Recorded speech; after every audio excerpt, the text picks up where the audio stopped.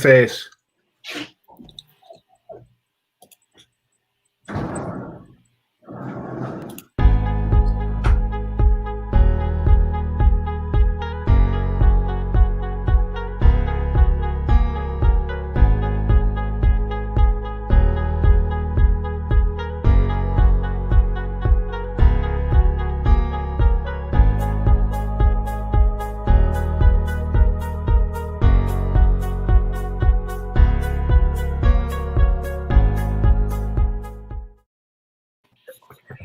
Hello, everybody. Welcome to Sundays at 4 p.m. Pacific, 7 p.m. Eastern. That can only mean one thing.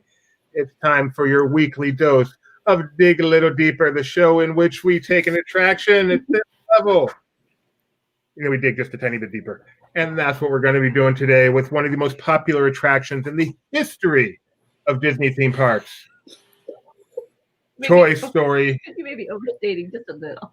Toy Story Mania or Toy Story Midway Mania. We'll get into that later too. But first, a quick request of all of you out there. Do us one huge favor and click thumbs up on this video, please. And do us a second huge favor and subscribe to us, however you're watching, Facebook, Twitter, YouTube, or Twitch. Just subscribe. Ring the bell so you know when we go live. And then one other huge favor. Please comment on the video. Just so YouTube knows that you actually care. In fact, when you comment, maybe tag a friend so a friend can come over and join us as well as we dig a little deeper on Toy Story Mania today. As always, we have our 4 hosts who are, I don't think it's an overstatement to say, the most intelligent, thoughtful, yet witty group of people on Disney cover a symbol, starting with myself, your humble servant, Doobie Mosley, the co-founder of Laughing Place. And to my left, my wife, Rebecca Mosley. Hi, everybody. Down there, Shelly of On the Go at MCO. Hey, everybody. And then over there, maybe the most knowledgeable theme park person alive today, Jeremiah. Wow. Thank you, Doobie. We really enjoyed your Theme Park 101 with all the Universal Studios. Memories. It was a lot of fun. If you haven't checked it out, please be sure to check that one out as well. Yes, Jeremiah does so many shows for us, including Theme Park History 101, which this last week was on the Universal Studio Tour, and it was spectacular, even if he didn't cover Uncle Buck's cabin. All right, so today we are doing Toy Story Mania. Let's just go ahead and call it Toy Story Mania for now until we get to the part where we discuss its actual name. Toy Story Mania, an attraction that opened in 2008. Perhaps the first attraction that WDI worked on and constructed simultaneously in 2 different theme parks as it opened, according to official word. You can disagree later, Jeremiah, but officially, WDI says this is the first time they did that, as it opened at Hollywood Studios in May of 2008, and then just 2.5 weeks later, California Adventure in June of 2008. And they can also be found at Disney Sea, where it opened in July of 2012. Toy Story Mania, an interactive attraction where you ride through and score points, because one thing guests don't like to do is just sit and enjoy an attraction. No, they really want to be a part of it. So why don't we start off with our general thoughts on Toy Story Mania? Do you agree with the public that this is perhaps the greatest theme park attraction ever created? Let's start with you, Shelly. I don't know if I'd go with greatest. I think I'd say that it is a lot of fun, and it is, you have a competitive family like my family is. It's a great way to like talk to each other all day and like amp each other up for how you're going to do. So, I mean, from that point of view, we really, really enjoy it. How about you, Jeremiah? Is it at the top of the list? No. Is it on the list? It's a great attraction, but it's not something I have to do more than once every now and then. Okay, can we like focus this conversation to attractions you control? So, for example, like Dumbo, you up or down, that's your choice. Yes. Autopia, for the most part, stop, go, your choice. If you want to go full force, you can. Okay, your choice. Okay. Rocket Jet's your choice. Okay. Buzz Lightyear, you are shooting things, making things happen. So these are attractions that you have some control over, unlike, pull the lap bar down, and you have no control. If you stand up, they usually stop it. Well, okay, but you know what I mean. So in that realm, where would you? So of the interactive attractions. Yeah. Do we really call Dumbo interactive though? Oh, you just did. But I mean, well, yeah, but of the attractions where you have some control over the experience other than turning your head. Yeah. Or as I like to call them, the worst Disney attractions Or of all. spinning a teacup. Yeah. Okay. So by that measure, this is perhaps the best of them all. In that it's better than Millennium Falcon. It's better than Dumbo. It's better than Teacups. It's better than Autopia. Okay. So Buzz Lightyear still is above this. no, it's better than Buzz Lightyear. You put Lightyear above Yeah. Toy Story? Again, How about you, Shelley? I think I prefer Toy Story. I think I might prefer Toy Story, but Yeah. Buzz Lightyear is it's so much fun. Like I like all of both of them because it's so like you get to actually do stuff and like earn points. So like I'm very competitive. If you can't tell. I think where Buzz for me is like a little bit better, in a way, is that if you don't shoot things, if you were to take away, like let's say the weapons are down, then it's still an attractive attraction. Still a dark ride. Whereas this is really, the game is everything. There's very little beyond the game. To the point, well, we'll get there. So I forgot to do something so important. So for all you out there listening right now, right this second at 4:07 p.m. Pacific on November 15th, we are live. That means you should participate. If I say something stupid, let me know in the comments. If you agree, if I ask a question of the panel, I want your answer too in the comments. We can put comments up there. Like this guy thinks Dumbo is the best of the bunch. I don't know what he's thinking, but we'll put him up there. That's our son. That's our son. So he's picking on his son. Please use the comments to participate. And that's why we do it live. So this can become a group experience. So Rebecca, what is your opinion then, since you've framed the question so well? Let's see. I would probably put Toy Story at the top of the rides I can control my experience. That would be my number one. Wait, I'm surprised because you love Millennium Falcon. Yeah, I know. I was thinking about that, but no. Yeah, you're right. No, I would go Millennium Falcon and then Toy Story. You're right. Much like Luke would go. Yeah, no, Smuggler's Run. Smuggler's Run is a lot of fun for me because there's more to it than just the weapon system, as what I'll call it. So this is the portion of the show where we go a little deeper. Okay. Toy Story Mania cost $80 million to develop. Wow. That's a lot of dough. That's interesting. What's so funny? I think so. That costs more than it costs to open Disneyland. Okay. That's about the same to open DCA, though, didn't it? No, It was much cheaper. And then, the ride system was by a company called ETF. You may know ETF without knowing it. Remember when we went to Legoland Discovery Center in Atlanta and we rode that shooting ride?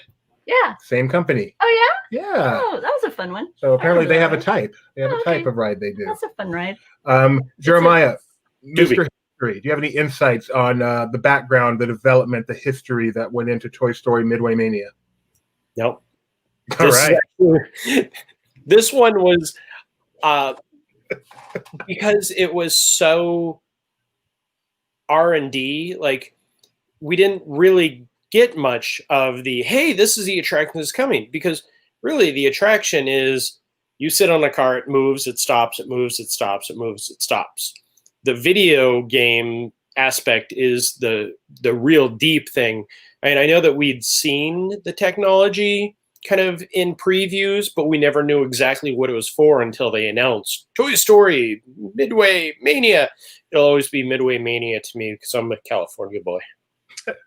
So I did some. Again, go ahead. You want to say something? Nope. No, I did. Like I said, it's some research. I'm such a researcher.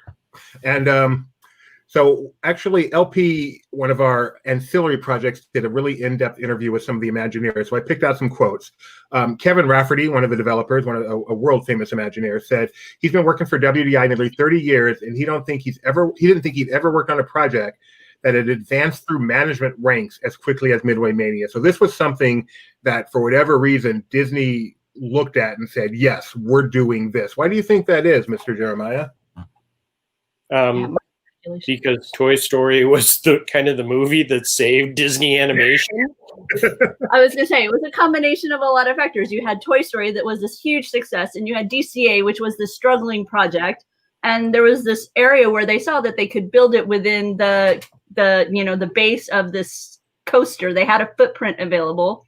And so the notion of taking those carnival games that were at the one end of the Paradise Pier and kind of extending that thematic, but then making it immersive within this Toy Story universe. I mean, it was a beautiful fit at a time when it was much needed. So I can see why it, was fast tracked. Wasn't this also, and I'm pretty sure that it was, like right around the time that John Lasseter kind of took over the Imagineering area? So Toy Story was his baby. So he kind of went, hey guys, let's do this really fast. That's a good point. That could be as well. I don't remember exactly that. Fast tracking his own thing. So for those of you who have not ridden Toy Story Mania, I'm going to warn you now, we will have spoilers. Okay, so get out of here, go ride the ride, and then come back and enjoy our show. So Toy Story Mania has 4 games. Is an attraction where you put on 3D glasses, you ride, you stop, you play game, you ride, you stop, you play game, repeat 2 more times. At the end, and then it's over. The games are Ham and Eggs, Rex and Tricky's Dino Darts, Green Army. That probably should say men, huh? Yeah. Green Army Men Shoot Camp. It says Ben on his screen. Green Army Ben. Buzz Lightyear's Flying Tossers, and Woody's Rootin' Tootin' Shootin' Gallery. Now, Rex and Trixie's Dino Darts was originally Bo Peep's Loon Pop before Toy Story 3, and then they switched it over. Thank you very much. That's actually, it would have been very cool for this with our Toy Story Mania. Yeah. All right. But these are only if you're playing the Wii game at home. See, then you get the red and blue. They don't do red and blue at the park. So the games they probably use like polarized glasses or something like that. So the game system is you stop, you have this little pull thing, you pull it, and it makes this cool sound, and then it's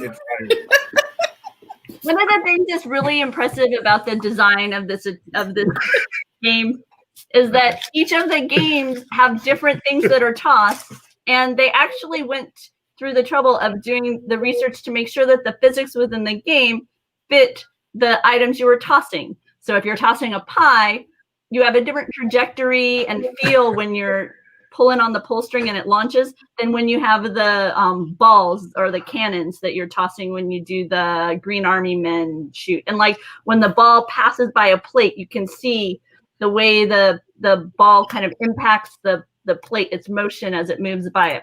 These are pretty cool elements. I was surprised. I can remember how surprised I was when we first went on Midway Mania, just the way, how real it felt, how there was a sense of heft or weight to the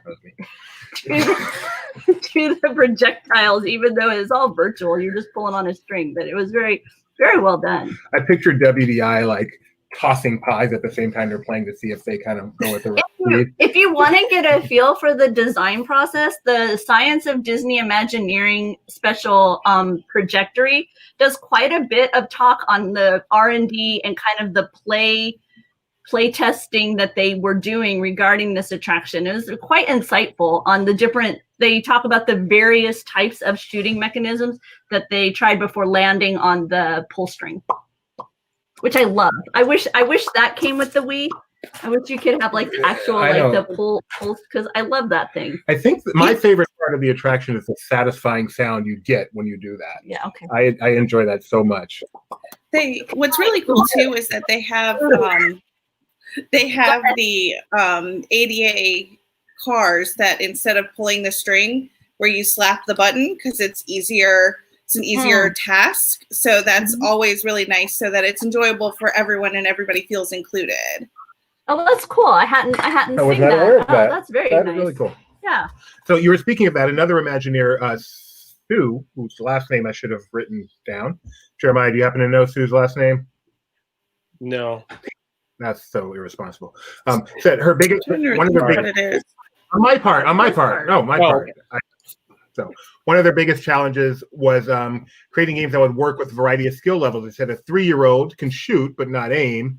A grandfather may have never played anything like this before. And then Jeremiah, of course, is a video game addict and is a piece of cake. So you have to do something that can work for everybody, still be fun for everybody, give everybody a chance. And I think they succeeded in that. They have the big targets with the low scores, but the kids can say, oh, look, I got one. And then the people who are really hardcore, and I know you're out there trying to get the high scores. So I think they succeeded at that really, really well. It's impressive. And it's easier to tell if you get it a hit. That's one of my issues with like Men in Black and Buzz Lightyear and all those, is I don't know when I'm doing right. With Toy Story, hey, I got that one. And the way they've been able to convey that is really, really nice. I do appreciate that. Well, I also feel that, like I was saying with the trajectory, I feel like I have a better sense of my aim and where I'm trying to go and where I've landed so that I can adjust. I don't feel that same kind of ability to adapt my sight line, as it were, when I'm playing Men in Black or even Buzz Lightyear. I feel like I'm just kind of, I hope I'm somewhat near it, but I don't feel like, I can pull that shot with, I need to be a little bit lower. I need to be a little bit higher. Whereas I really do feel that with the Midway Mania. How about you guys? By the way, are you guys pretty good at this Midway, at the Midway games? You guys, I kick his behind every time. I'm bad at all these. Maybe that's why I don't like them. I think it depends on who I ride with, because if they're on the same page as I am about like unlocking the special things, then we tend to do a lot better than if I'm like with Zoe, who just wants to like shoot everything and have a good time. Like if I'm with like someone who's in it to win it, like it's on. But I do love that I can like see my darts and I can see, my balls and everything flying. So, I know how I'm doing. Do you try to sabotage your opponent by like nailing stuff on their side of the screen? Oh, I do that, and then I try and make sure that I hit the darts on their side so they get the puff of water when because this are the spray, in their face. Except when I'm with Giddy, because my son does not enjoy that, so I don't shoot them when I'm with him. But when I'm with Doobie, I make sure that any of the good stuff, I make sure to get it on his side, because he doesn't pay as much attention to the smaller targets, so I can get them on his side, because he'll just be shooting at the little stuff. Right here. Okay. Sue Bryant, Imagineer Sue Bryant, who also worked on Mission Space and a Spaceship Earth renovation. Apologies, Sue, if you're out there, that I did not mark down your first name the first time, but I did. Last name. Yeah, last name. Shut up. Okay. As I said to, as I said right. last night to Tony. No, it was to Kyle. Both more than of them, anybody else. Kyle and Tony. If you have to criticize me, we have Slack. You don't have to do it in public. It was like they were just typing in the chat mistakes Jimmy was making. He's like, you guys can just private message me. You don't have to like put it out there. Embarrass me in front of everybody. It was so good. No, that's fine. I'm a man. I can take it. Good. So as I said, this attraction is in 3 locations. Is it essentially the same attraction once you start up in every location? There's really no variance at all. Other than track layout, like it's the same. I didn't ride the one in Tokyo. I know. But you've seen it. But yeah, it's the same. It is. They did the perfect job in creating an attraction that is easy to lift and drop. Mm-hmm. Like Rebecca said, with the creation of it underneath the California Screaming Coaster, I was a cast member when they started work on that, and watching them create the pathway, destroy half a backstage building, build a brand new building, and most of it while guests, unless you're on California Screaming, couldn't even tell what was going on. Mm-hmm. It was amazing. When they were doing it here, that soundstage, sadly, for those of us who remember, that was the soundstage where the Mickey Mouse Club was filmed. So, part of the history. See you real soon. Oh. But that's been one of the fun things about this attraction on the East Coast, is that it initially had its marquee and entrance on one side of the building, and now its marquee and entrance are actually on the other side of the building when they added Pixar, that whole, what is that called? Is that called Toy Story Land? Yes. Yeah. When they added Toy Story Land as opposed to Pixar Place. Place. Yes. Yeah, and I still And they added a whole new track. Yeah, and it messes with my head a little bit. The whole idea that there's this attraction that I used to, enter here, and now I enter from over. It's like the bathroom in the castle at Disneyland. Oh, dude, don't even. There's things force of habit, and then the ones that they switched over by Plaza Pavilion. So, is there another attraction? Body Talk with Laughing Place. It's like one of the funniest things when you have this like muscle memory. Switch a male and female bathroom. You walk up to a door and you realize, oh wait, that is no longer the bathroom I am intended to use because they've swapped. Yeah. Is this the only attraction, Jeremiah, king of theme park history, that has been in 2 different lands in 2 different parks without actually moving? Oh, that's a funny thought. It was in Pixar Place in Toy Story Land, and then it was in Paradise Pier and Pixar Pier. Wow. Ruby, I feel like you should know this answer already. Go for it. There was one attraction that was in 2 different lands for many years, and it would change on every map throughout the years, and now it's finally home in Fantasyland, not in Tomorrowland. Matterhorn. But this attraction did it in 2 parks. So that's really well, technically, I mean, it was Paradise Pier, now it's Pixar Pier, so yeah.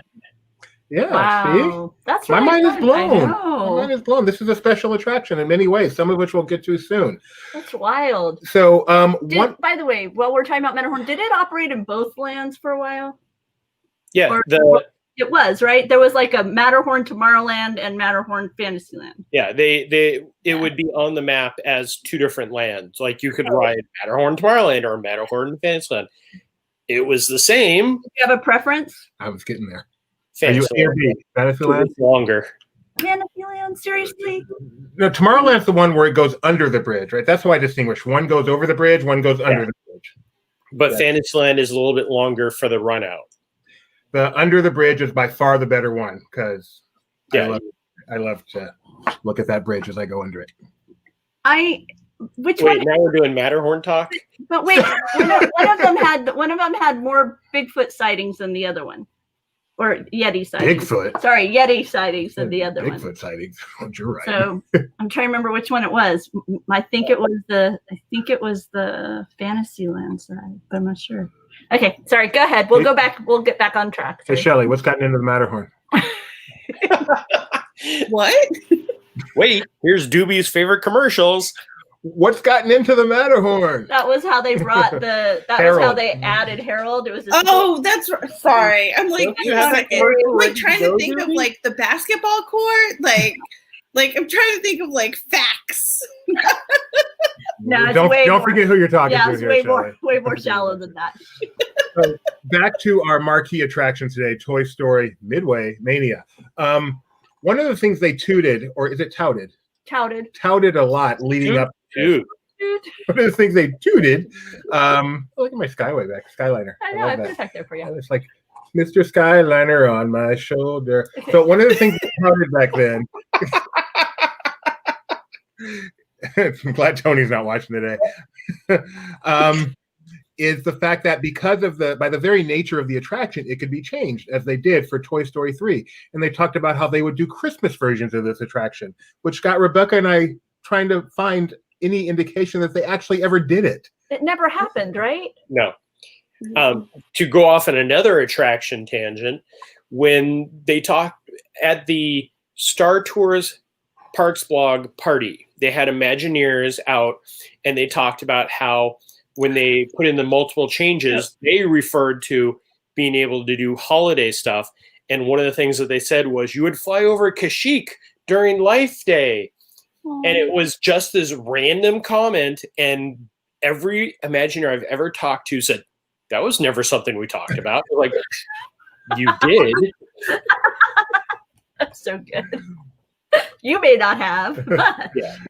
But no, that was one of the things where they were like, well, we don't have plans to do that this year, but yeah, I think it was like even said in 2009 there will be a holiday overlay because they were talking about because they were like it would be so easy to swap out the orbs in the Green Army Men run for snowballs.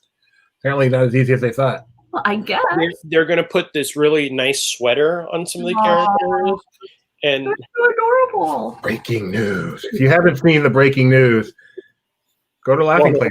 any of our social media channels. Fun fact about what's so funny. Nothing. Fun fact about Toy Story Midway Mania. Each game screen is run by an HP computer running Windows XP. I wonder if that's still true. I don't know. You don't. If it's not broke, you don't fix it. I have seen a blue screen of death on the game before. So Midway Mania, we've been through the ride. The ride is what it is. I'm just not a huge fan of these interactive rides. This one in particular, I think, is worse than most others. At least with Buzz Lightyear, you're controlling where you're going. This one, to me, literally is a video game. The experience of playing at home is identical to the ride. And if that's the case, then it's not a ride worth being in a theme park. End of rant. But the experience, the part that is better than being at home is the queue and all the stuff around the ride. And the queue for this attraction is actually quite impressive. How they have taken you into Andy's room, shrunk you to the size of an atom through this giant, mighty microscope.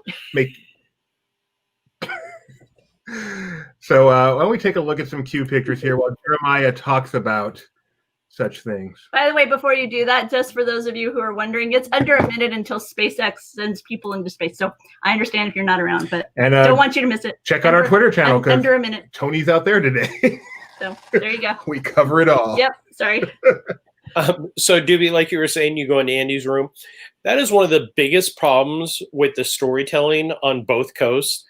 There is no distinct, like in California, you are walking through this like Victorian era building, and you go in and you get on the ride, and then you get off and you see the play set. And in Florida,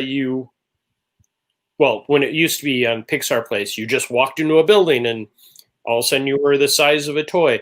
And it never made any sense, but that is a very beautiful entrance. It is gorgeous. Midway Mania is one of my favorite, like that entire building with the popcorn lights. It's very classic Disneyland. We're not talking about Mr. Potato Head, right? Yet? That's coming up. Up. But you walk in and you see all the games that you grew up with as a child, from Candyland to Uno to any game they could get the rights for. And Cards Against Humanity? Not yet. I think that'll be the Paris version. I do love this queue, so I'm gonna have Doobie go back to the Florida queue, because I just thought this brought back so many wonderful memories, right? Because you hop into the queue, and you have things like the Viewmaster reels. Go ahead. I have Viewmaster reels. I still have my Viewmaster reels, and they actually, a couple of the ones that they have on display here, they had the one from Disneyland from years past, and I actually still own that particular Viewmaster reel. And so just seeing it enormous like that, and then to be able to look into it and see the images that I was familiar with. They also have one from Peter Pan. The old. Oh, and on this, what's really fun on this is actually that mural, the Mary Blair mural. That is like, I'm so sad it's gone and I still miss it. But it's interesting. I don't see Matterhorn on this Tomorrowland one. And then why did it say Giant's Eye? Oh, Giant's Eye studies visitors. That's how you shrink to the size of the toy, right? Yeah. And then this old maid set that they had, this old maid deck of cards, I had these. And so it was, the images off these cards were so very familiar. I never played a lot. There were a few of the games I never played. Like, while I did have Tinker Toys, I don't remember ever playing with the monkeys. Yeah, Barrel Full of Monkeys. Gideon had those, but I didn't have Barrel Full of Monkeys. Barrel of Monkeys. Sorry, I'm gonna call it Barrel Full of Monkeys. I know, that's what Gideon called it. Oh, is that what he called it? Yeah, it was Barrel Full of Monkeys. Oh, that's right. Okay. and then the giant crayons. They're just, I don't know. It was I thought it was really cool the way that they had the drawings on the wall that made you feel like you were in like this little world of that Andy had built. Andy had built this carnival game, and here was the way he had used his toys to do it. And then that was blown, completely out of like just unbelievably well into the whole Toy Story land, where now he has his Slinky Dog and the coaster, and he's combined various places he has into this magnificent fun ride. But it all started for me with this experience in the queue, and then into the attraction where you can see that he bought these Midway game sets, and then that's become your, location. Are the California and Tokyo queues essentially the same theme? The Tokyo, here, let me take over for a second. Whoa. Jeremiah is in control. Do not adjust. I control the vertical. I control the horizontal, and I control the screen share. So theirs is like you're on a boardwalk. It is designed like a fun house. Mm-hmm.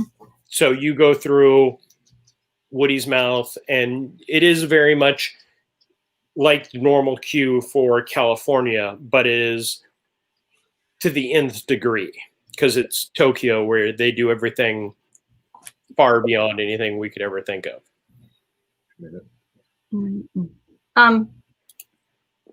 I was gonna mention something. Oh, there's part of me that kind of wishes that Woody was like giggling. It's frightening enough as it is. It's creepy. That is scary. I would not. Is there like a side entrance you can use if you want to ride, but you're just afraid of Woody's mouth? No, hang on. Here's a bigger and closer up one during the day. Yeah, it is frightening. But again, as I was saying, this is the only attraction, I want to say the only attraction in Tokyo that I didn't get a chance to do because the line was a 3-hour wait. And if you look at it, this is all queue back here for it. So you enter here and then you go all the way back and back and back and back. But look at the costumes, how cute the costumes are. Oh, that's good. Can you zoom in more? Look at you. All right. Yeah, it's like candy. Now smooth it out. Can you zoom in all the way, smooth it out, identify the name, like on CSI? Hang on, let me. Oh, very cool. There you go. Perfect. Now smooth it out. Yeah, right. That's not going to happen. Yeah. Okay. Zoom back out. Thanks, Jeremiah. Thanks for the pixelated visit. What? And Pixar? And then obviously one of the highlights of the queue is. So I feel like the reason we have Jeremiah here is to talk about cool stuff like this. So Jeremiah, I'm going to lend you my ear so we can talk about Mr. Potato Head, eh?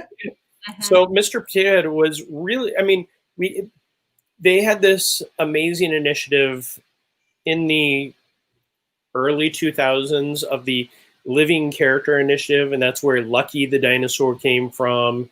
And we saw Wally, and I'm missing one of the other ones.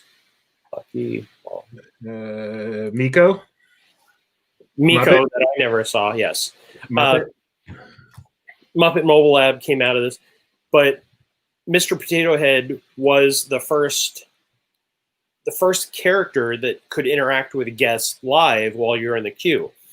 Don Rickle recorded many different sayings, and then he actually went back and recorded more sayings after Toy Story 3, from what I understand. And there's a cast member sitting in a room. This is backstage Ruin the Magic time. They have a cast member sitting in a room watching monitors, and as guests walk by, they hit a button that queues up something to say. So if they see a guest that has a first-time visitor button, Mr. Potato Head could acknowledge that, birthday, that kind of stuff. He also had lots of different stuff. And of course, the biggest thing of Mr. Potato Head that blew everybody's mind was he would reach up, take off his ear, make a joke, and then put it back on. Most of the time. That motion, that animatronic motion got more attention. I don't think it was surpassed until the Yeti came along, as far as how much we talked about a single animatronic thing. I was lucky enough to be at DCA the first day that when they were building Toy Story Mania, Toy Story Midway Mania, they had gates right in front of Mr. Potato Head. And one day we're just walking by, and all of a sudden you start seeing the gates start to open, and they open just enough so you could see Mr. Potato Head. And the crowd that gathered around this animatronic for, I think it was running for about a half hour, and nobody left. They just sat there and stared as he sang and he did everything. And it wasn't until I think he went to go put it on his ear and missed, and then he drops it. And then my favorite animation of anything is when Mr. Potato Head drops his ear, he throws his hands up like this and he just freezes. He's like, I'm done. And then they have to drop the curtain, and then they call animation over to fix it. That's cool. That's cool. So that is one of the innovations of this attraction. And what's interesting, I think, about this attraction, for some reason, they've decided Toy Story Mania is the thing, not for some reason. So before, for those of you who can think back, years and years ago, before there was Slinky Dog Dash, before there was Star Wars Galaxy's Edge, before there was Mickey and Minnie's Runaway Railway, there was Toy Story Mania as the only somewhat new attraction to Hollywood Studios, and it was packed. It was packed. The fast passes went about 10 minutes before the park opened through some magical thing, and it was impossible to get one. And so Disney actually came up with they chose that location to try some new stuff. And Jeremiah, you're Mr. Disney World. You tend to remember this stuff. Do you remember the Moving Buddy? Actually, that was in California. Haha. But do you remember the Moving Buddy? No. Yeah, we were reminded of this when we were doing some reading up on this. But for a time period at California Adventure, they actually were trying this idea called the Moving Buddy. And it was a way that they would take groups of like smaller parties, 1, 2, or 3, that were 1, 2, or 3, and they would move you into a different line. And so the idea was, I'm sorry, 1 or 2 people who would fit in one seat. So right. 1, 2, or a small 3. So it's like a parents and a child, maybe, but and a small child. But they would, they would be able to. It was kind of similar to the single rider notion, except it was more than single rider, and they would divide up parties. Single row rider. And this lasted for a little while. They gave this a tryout in California, and they came up with the name of Moving Buddy, because in the film you had, everybody's got a moving buddy. So clever idea. And then another thing they tried in Florida for a while, and I'm sure Jeremiah remembers this, is Fast Pass only for Toy Story Mania. Yeah. Like you said, Dewey, Fast Pass, I think Toy Story really was the first attraction to do the mad dash to get. Like, I can remember coming to Disney MGM Studios, Disney Hollywood Studios, and watching, here's a specific line to go to the Fast Pass for Toy Story Mania. And then everybody else could go everywhere. And I don't remember that ever on any attraction. And that also is why Toy Story Midway Mania never had Fast Pass in DCA until a few years ago, is because they didn't want to do Fast Pass. And then they added it in, and now they have Max Pass for it. But they also at one point did single rider in California. I can remember doing that a couple of times, and that was nice. But at the same time, it's weird riding that with somebody because you're competing with them. So it's like, you can either get somebody great, or you can get somebody who just doesn't know what they're doing. Mm-hmm. That'd be me. So before we move on to some of the stuff kind of surrounding Toy Story Mania, let's get to this elephant in the room. Just give me your answer, no explanation. What's this attraction called, Jeremiah? Toy Story Midway Mania. Rebecca? I would call it Toy Story Mania. Shelley? Midway Mania. Well, Toy Story Midway Mania. Oh, okay. I just call it TSM. No, I call it Toy Story Mania. Jeremiah, why the confusion? Because in California, it's Toy Story Midway Mania. In Florida, it's Toy Story Mania. Are you sure it's that simple? It's way more complicated than that, believe it or not. I can remember these early days trying to sift all this out while writing about it for the website, but I'll let Juby kind of go through it. I a bit know more. for sure it was called both in Florida in press releases and such. It was both Toy Story Mania and Toy Story Midway Mania. And it's weird. Disney is very stickler about nomenclature, but Normally. for some reason, this attraction went by two different names. And now it kind of seems to have settled on one name in Florida, one name in California. But it's just so weird that happened. So I'm going to read real quick from Disney Wiki. It says that the attraction being referred to as both Toy Story Midway Mania and Toy Story Mania, while the attraction marquees and some in-park signage read Toy Story Mania, the latter, Toy Story Midway Mania, has been used in press releases and to the news media in both resorts, advertisements, and on Disneyland.com, DisneyWorld.com, and official promotional website materials for the attraction, along with merchandise. So websites for both Disneyland and Disney World both identified the attraction with the registered trademark Toy Story Midway Mania as of September 2014. However, as of February 2019, the attraction is known as Toy Story Mania, except for DCA, where it is still known as Toy Story Midway Mania. I just find that fascinating. I don't know why. it's so bizarre, and I've seen it. I mean, the game itself, right, is called that you would play on the Wii. It's called Toy Story Mania, and I'm pretty sure we've over the years seen merchandise varying with what it's offered. So, sorry, I've lost your mouse. That's okay. It'll come back. Okay. Oh no, it won't. The light went off. Oh, okay. Right. Track that. The lights It's there on the screen. Oh, okay. Never mind. Yeah. I'm good. Okay. So anyway, I just find that fascinating.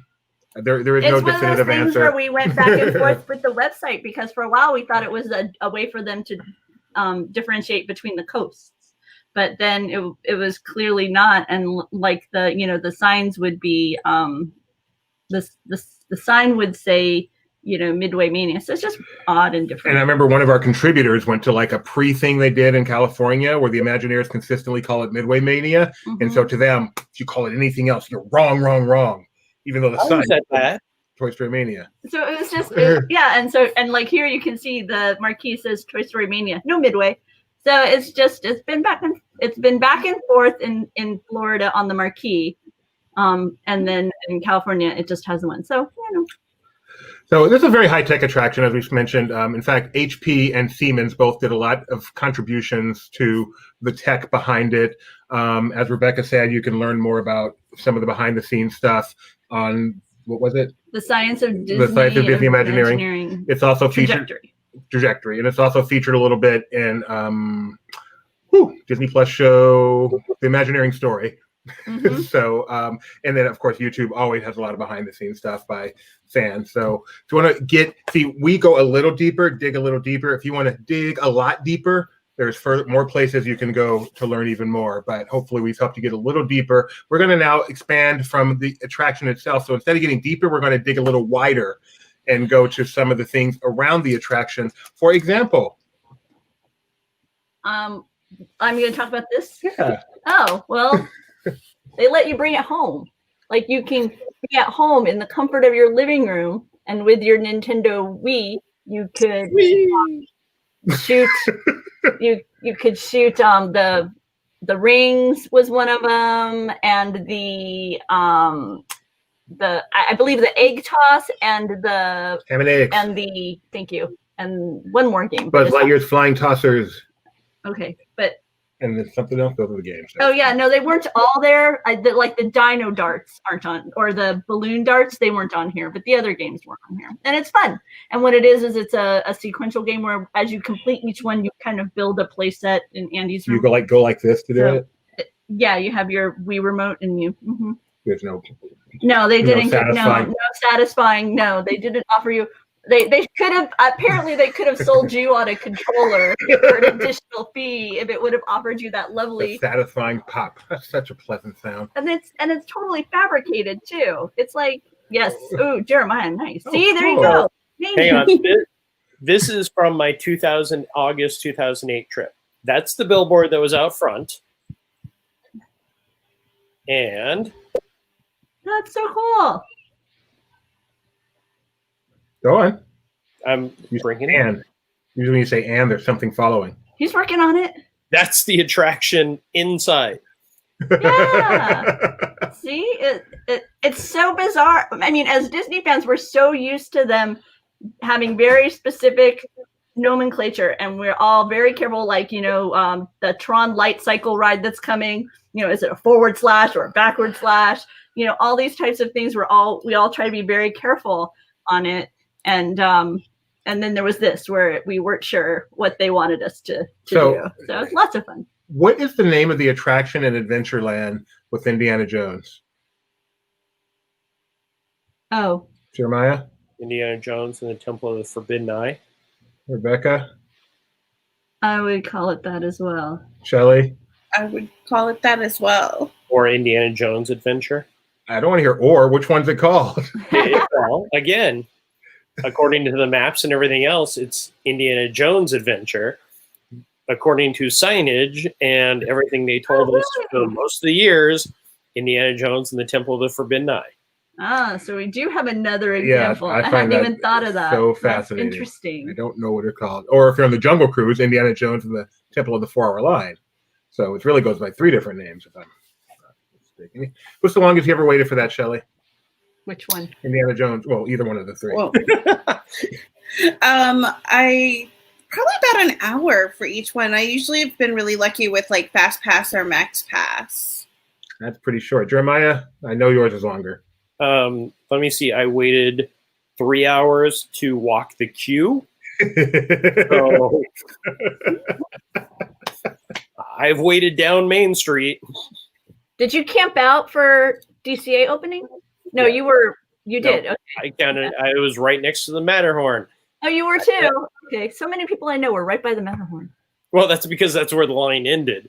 Oh, is it? Oh, that's funny. I slept at home and then Yeah, we walked did. right up to the front. Yeah, thanks. Um, Look at you, media people, getting whatever you want. You don't have to wait anything like us normal people. that was a work. challenging event. Yeah, you've known some media people, Jeremiah. You understand media is hard work. It can be. Oh no, I'm totally just kidding because yeah, I mean I haven't done a full park, so I can't imagine that. I mean just It was fun. That All the was fun, Imagineering but interviews were wow. awesome. That was fun, but wow, there was just the 2 of us, and it was just go non-stop. And I was running video and still and trying to take notes, and while he was interviewing people. It was a 4-day event. Yeah, it was crazy. So I'd be like at the Muppet Vision 3D opening, trying to get a good frame for my video, and also be taking stills. And he'd be off interviewing I think at that moment you were interviewing the gentleman who did Soren. Yeah, whose name I can't remember. And right so now. you were learning about the erector set. I was learning about the erector set for the very first time. First of many. While I was doing the other thing. But no, it was a great time. But wow, was it? I look back on that and I still can't believe like how much we squeezed into that short period. Fun. So are we doing dig a little deeper for the February 8th week? Oh, that'll be fun. That's a good idea. That'd be We'll dig a little fun. deeper on DCA 1.0. But I think when you were first becoming a Disney fan, Toy Story was having like this entertainment. I mean, because that's when It came out in '95, right? Yeah, so that's when you were just really kind of your introduction to Disneyland was in the midst of this celebratory. I became a Disney fan in 1995. I remember Lion King came out that year, right? It was the 30-second. It was much longer than I expected because all the ads said it was only 30 seconds long. The 30-second animated feature. And then I go see it, and I'm like for like an hour and a half.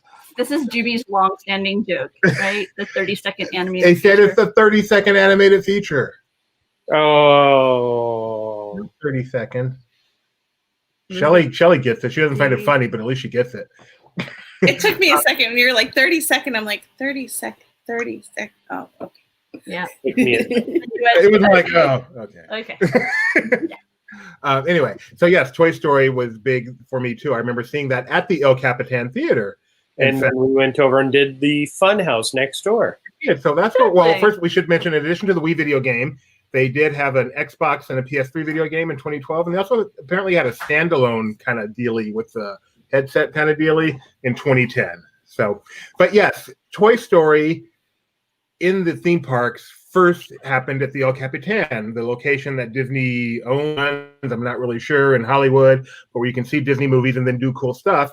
And in this case, that cool stuff was the Toy Story Funhouse. Did you do that, Jeremiah? Yes, that was one of my favorite things, especially the Green Army Men obstacle course where you had to put the things on your feet and you had to walk with them.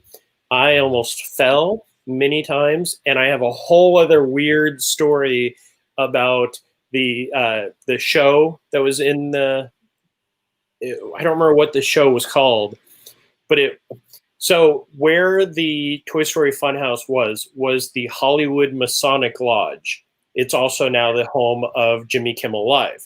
Yes. Right next to the former Hamburger Hamlet. Yes. It is a historical landmark. So everything that's in there has to stay as the structure. Where they had the show, I was in DeMolay, which is a youth version of the Masons. So I walk in and I sit down and the show's going on and I look up, and for Masonic and everything, they have an altar. The altar light that is only supposed to be on when things are happening, I look up and I'm sitting directly underneath it and the light is shining on me. And it was one of those like weirdest moments. And I was like, oh, okay. But yes, that was my favorite. And somewhere I have a great picture of me outside the relocation into what is now the queue for Space Mountain and Pizza Planet Port. So after they had it and the El Capitan, when they moved on from there, they brought the same thing, Toy Story Funhouse, and they brought it to the area Jeremiah just described. So it became a part of Disneyland, and that was the first time Toy Story hit a theme park. The first time Pixar hit a theme park, and a very temporary thing that was still very popular and showed that, hey, I think we've got something here with this Pixar thing. Did you get to experience any of those, Shelley? I did not, unfortunately, but it sounds like a lot of fun. Well, yeah, it was. I remember all I really remember is Ham's All Doll Review. That was it. The play. Yeah. That was the weird moment for me. So, and then later on, for a period, they kicked the Billies out of Golden Horseshoe and they put Woody's Roundup in there. Remember that? All black and white. Yeah. Canine Crunchies can't be beat. That was so interesting, the way that it was like this black and white scene, and then it would move into color, right? I'm not remembering that incorrectly, right? It would eventually become color, or did it stay black and white? Oh, see, now I'm not sure. Like, I'm not remembering for sure. No, I think it was only black and white. I think what you're thinking of with the black and white, the color was One Man's Dream in Tokyo. I'm probably blending the memories. Or Animator's Palette. Yeah, that too, right? And then, but probably the most important Toy Story thing to hit the Disney parks and resorts, the thing that has made the biggest impact and clearly the highest quality, was Toy Story the Musical on board the Disney Cruise Line, which I was lucky enough to see on the Disney Wonder. One day Disney had us out just to come see the new show. We didn't get to sail, but we got to enjoy the show. And that's one of the highlights of my life, because that is my favorite theme park, Disney Cruise, favorite theme park show of all time. You guys agree? I feel like this is going to become a running gag. You don't agree, unfortunately, but I'm not joking. I love that show. The music in that show is so good. You can find it on YouTube, Toy Story the Musical, just search. Someone recorded the whole show off the TV and put it up, which I think is done for all the Disney Cruise Line shows, and I really like it. I'm alone, but I really like it. That's why we're here. That's why we're here. So anyway, that was one of Disney's first shows to really take advantage of the what was at the time the new print style in regards to fabrics, because that's when the what's now like everything does, the photorealistic printing, that was just becoming kind of a thing within the fabric industry. And so rather than having to have Woody in actually denim, he was in a different fabric that was then photorealistic to denim. So it had that denim appearance to it without actually being denim. So they did a little, and various other elements of costuming within that show kind of utilized that newer fabric technology that's like, everywhere now, but at the time it was like, oh, that's pretty cool, and was highly touted in when they were talking about it. Touted. Yes. Touted. Not highly tooted. Nope. Totally different. That's all I got in my notes. Anything else Toy Story related, or Toy Story Mania, or Toy Story Midway Mania related? Either one of you wants to mention? Should we go over the tips and tricks? Oh, good idea, Sure, Jeremiah. I have my tips. Shelley, go for it. My favorite is, I have two, is on the volcano.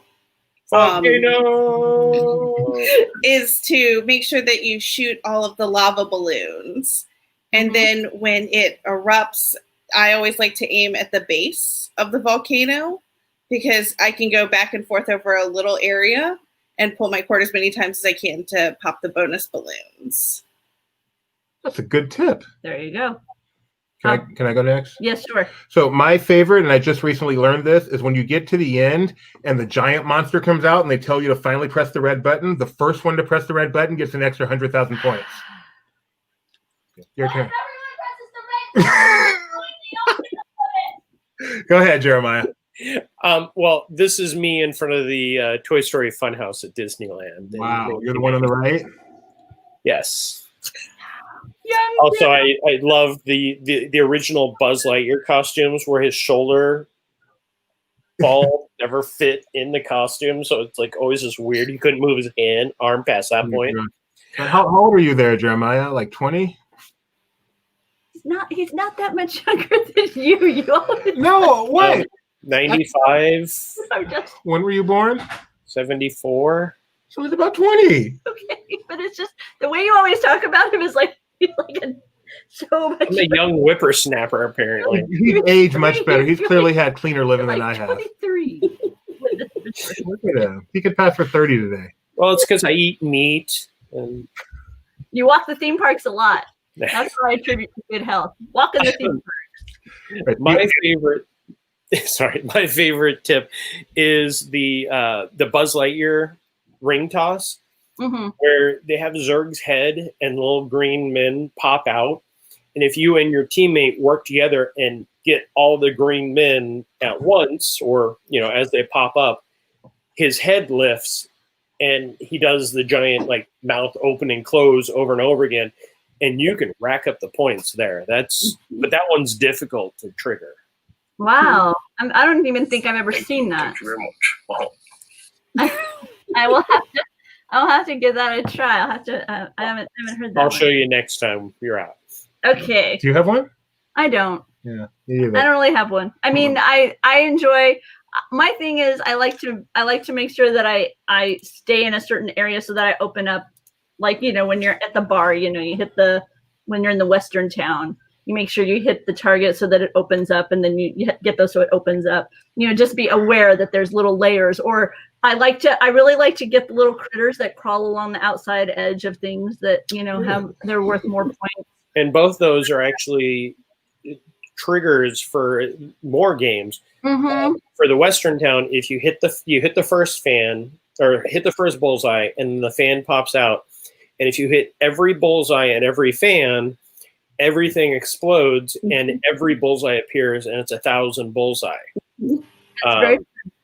And then for the barn, you hit the barn rat, mouse, whatever, and then it flips, and you hit them inside, and then 3 mice totems pop up, and those are 1,000 each. So I have a lot of fun doing that kind of thing. So I tend to look at peripheral and try and clean those out. The nice thing about Disney, there's something for everyone. Yep. And Judy's just glazed over. Really? Okay. This just isn't for me. Oh, that's the cutest hat ever. Little bacon Jeremiah. I'm very sad that I didn't purchase that hat, but that is me on the Pig in the Poke show with the Griswolds on the other side. That is adorable. Very nice. Any other family pictures you want to show us, Jeremiah? You're on a roll. Sweet. Sorry, those are my last two. Like I had to show that off because really, when else can I actually go? Right. Look, here's me wearing a pig hat. Right? Totally. If you honestly, Jeremiah, feel free to do that anytime. Yeah. Anytime. So before we spin the wheel, find out what we're going to be doing next week, let's take a moment to, first of all, thank you guys so much for contributing today. It's been a pleasure talking to you both. I like this one. Our mutual, yes. Okay, Yeah. it was fine. It was And fine. we made it an hour, Doobie. You didn't think we'd even make it till I was about to say. 3 minutes. We cannot talk. The four of us have a conversation for less than an hour. I'm pretty sure of that. Mm-mm. Tomorrow we have so much going on LP video. Jeremiah's starting the day with the scavenger hunt at Disney Screens, which I'm very jealous I'm not going to be producing. Get up early. I'm not that jealous. So that's going to be fun. We've got an Inside LP. We've got Mando Monday, where Rebecca and Mike will be discussing the last episode of The Mandalorian. Mandalorian, which was an amazing episode. I'm so looking forward to hearing that discussion. And we talk about all the fun stuff that they're going to be offering us too. I'm excited to see what kind of new merchandise comes out because of the new individuals who we were introduced to. Yes, no spoilers here. Nope. But tomorrow, plenty of Sasha Banks is going to come out. Exactly. Keep it up. Then at 4:00, we've got our Parks Talk, our weekly discussion of the week in theme parks with our breaking news that Figment has a sweater. And then at 7:30, It's so adorable. 7:30 p.m. Pacific, we've got the LP Movie Club with, I mean, this one's exciting. Yes, the most requested movie thus far for LP Movie Club to cover, Mr. Magoo, starring Leslie Nielsen. So that's going to be amazing. It's not going to be amazing, and please don't call me Shirley. And then the next day, oh my, we are celebrating Life Day. We got something very special for you folks. The next day, noon Pacific time, Life Day, November 17th. We're going to be live from both Hollywood Studios and Disney Springs. I think that's DTD. Downtown Disney. Yeah. At the same time with Star Wars Mike at Downtown Disney, Jeremiah, hopefully at Galaxy's Edge, as we celebrate Life Day bi-coastally with you live. And so that's going to be fun. And then later on, we'll have more Life Day with Star Wars talk with Rebecca and Mike Celestino. So it's going to be awesome. We have some fun stuff. Oh, that's Disney Trivia Life Day. I guess we'll be doing some Star Wars that day too. Yep. Maybe we'll do one on the special. That'd Mike be fun. wants We'll to see. do that. Anyway, so much to do, which is why you need to make sure you subscribe to us and ring the bell. Subscribing is important, but without the bell, you may not actually get notified when we go live, and you're going to miss it. And when you miss it, you're out of luck. Except you can watch it later. So, But you don't get to interact with us. which is the best part. And please feel free to do so. Yeah, interact with us constantly. There's been a lot of comments here. We've talked about some of them. We haven't put too many up, but we've talked about them. Okay, so it is now time to determine what we will be talking about next week. So let us Circle Vision. spin the wheel. Oh, let me It's try. gonna be. Hang on. I got to spin the wheel. I was like, we're not doing Buzz next week. No, I can't get it to work. Hang on. All right. Hang on. So in the meantime, I'm going to sing for you from Toy Story Midway Mania. Oh, here we go. Now, if it accidentally goes on Midway Mania because I wasn't able to delete it, sorry about that. No, it's not spinning. It's just going to the next one. Watch, look. See? Oh, there we go. And the winner is Gideon. What's it say? I'm about to tell you. Oh. Peter Pan. Peter Pan Hey. Flight. Peter Pan Flight is the topic of discussion for next week, November 22nd. I can't wait because I've really changed my mind on this attraction since the last time I rode it. If we had done this, dig a little deeper 2 months ago, I would have had a totally different opinion, then felt like an idiot once I rode it again. Does Peter Pan appear in four of the parks? I don't know. If we had an international Wonder. expert. Hmm, I could we guess have? we Shelley, will have you been find to all the out. international parks where you would know? I haven't. Oh. Have you, Rebecca? I've only been to Tokyo, but it was many years ago. How about you, Jeremiah? Yes, I have. So join us. We'll find out the answer to this and many more insights. On the next episode of Soap. Yeah, we also put to rest the proper land for Matterhorn and the proper name for Indiana Jones. It's been a pleasure, guys. I look forward to this every week. We'll see y'all soon. And I still do. Bye. Bye.